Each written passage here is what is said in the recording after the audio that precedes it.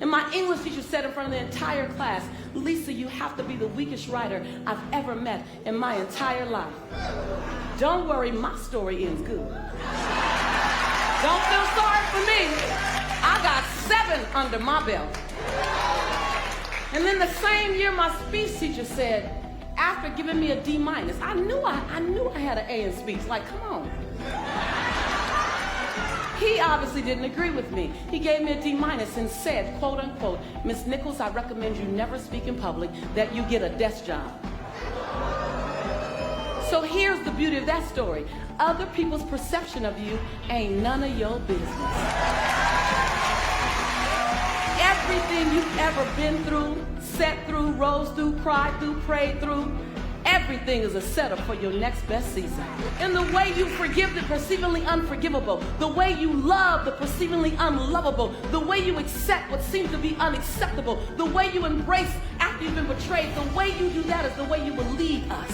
Your light belongs to everyone who'll be illuminated because you were bold enough and obedient enough to let your light shine. Yes, yes? Yes, yes? And every time you cross someone's path and they can't handle your light, you know those people that they try to give you reasons why you should tone it down a bit. That they would tell Cheryl not to sing so loud. Right, right, right. They would tell me to shut up in class. They tell you you're kind of strange. You know those people. Dream snatchers, vision busters. Don't be mad at them. They can only love you to the capacity in which they're able to love themselves. Don't be mad at them. Don't be mad at them. Pray for them. Love them. Because they're dealing with themselves like we're dealing with us. But I want you to remember that your 70 watts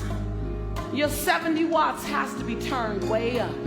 Because you got way more to give us. It ain't over yet.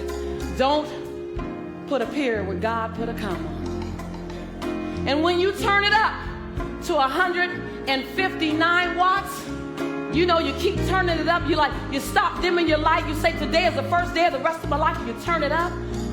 You're going to find people that can't handle your light. And before today, you might have dimmed your light. You might have shrunk a little bit. You might have tempered it down a little bit. But after today, I want you to see this. After today, turn the lights up. After today, you don't dare dim your light. As your light gets brighter, you're going to disrupt some people. And they're going to tell you your light's too bright, your light's too bright, your light's too bright, your light's too bright. Then you just look at them and say, well, I'm not dimming my light.